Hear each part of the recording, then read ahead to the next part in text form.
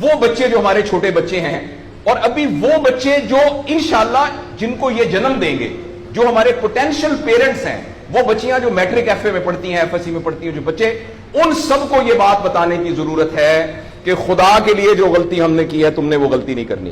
اپنے value system کو ٹھیک کرنا ہے. میں نے سر ایک سٹڈی کی, ابھی وہ جاری ہے, تقریباً 1800 بچوں سے میں نے پوچھا تم کس جیسا بننا چاہتے ہو, اور یہ 8 سال سے کم عمر کے بچے کے.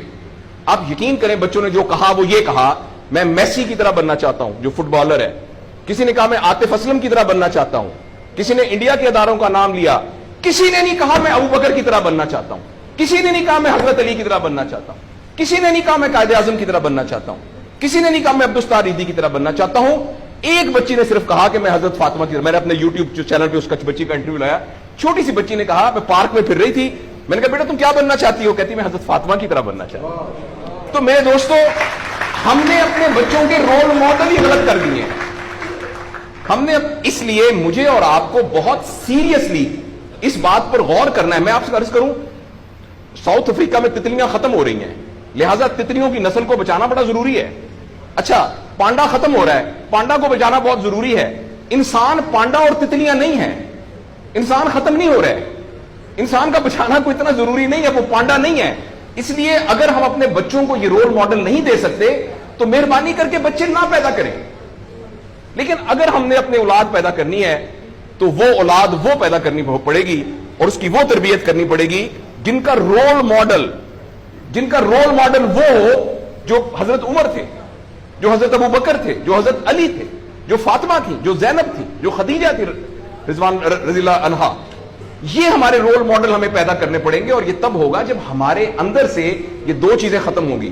نمبر 1, ہم پیسے کی بنیاد پر اپنے آپ کو بڑا نہ سمجھیں, اور دوسرا یہ کہ ہم فرد کو فرد کے لیے تیار نہ کریں, فرد کو معاشرے کے لیے تیار کریں. میرا بیٹا تو 1100 میں سے 1100 نمبر لے کے ڈاکٹر بن کے ایک جگہ پر اسسٹنٹ پروفیسر لگا ہوا ہے, معاشرے کو کیا فائدہ ہوا ہے؟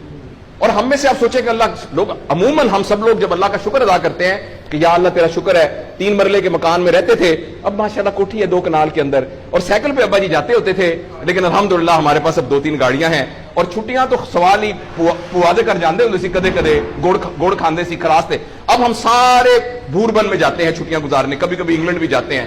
اللہ کا ہمارے اوپر بڑا کرم ہو گیا. اس غلط فہمی سے ہم اپنے آپ کو نکالیں.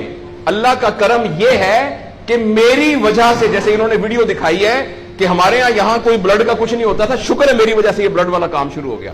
میں ڈاکٹر ہوں, یہ والی سروس یہاں موجود نہیں تھی, اللہ کا شکر ہے کہ یہ والی سروس اب یہاں موجود ہو گئی ہے.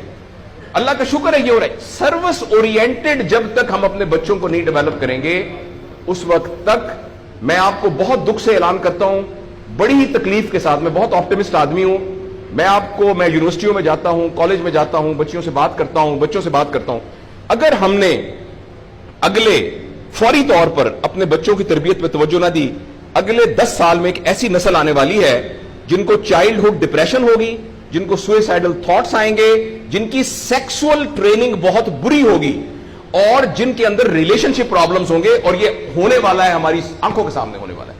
اگر آپ کے ہاتھ میں ایک موبائل ہے, آپ ابھی اپنا موبائل کھول کے فیس بک کھولے, جو پہلی 1.5 منٹ کی ویڈیو آئے گی اس میں ایک نیم برہنہ عورت ناچ رہی ہوگی. اگر آپ کے 8 سال کے بچے کو آپ نے موبائل دیا ہوا ہے, میں آپ کو یقین دلاتا ہوں اس نے ننگی عورتوں کو ناچتا ہوا دیکھ لیا ہے, اور وہ سارے ایکٹ جن کو منہ سے بیان کرتے ہوئے ہمیں شرم آتی ہے, وہ آپ کے 8 سال کا بیٹا اور 8 سال کی بیٹی دیکھ چکی ہے. اس سارے میں ایز اے پیرنٹ ہماری بہت رسپانسبلٹی ہے کہ ہم اس میں انٹروین کریں اور ان کو فزیکل ٹائم دیں, اور ٹائم دے کے ہم یہ 2 چیزوں پر مینلی کام کریں. تو انشاءاللہ العزیز ہمیں امید ہے کہ معاشرہ بچ جائے گا.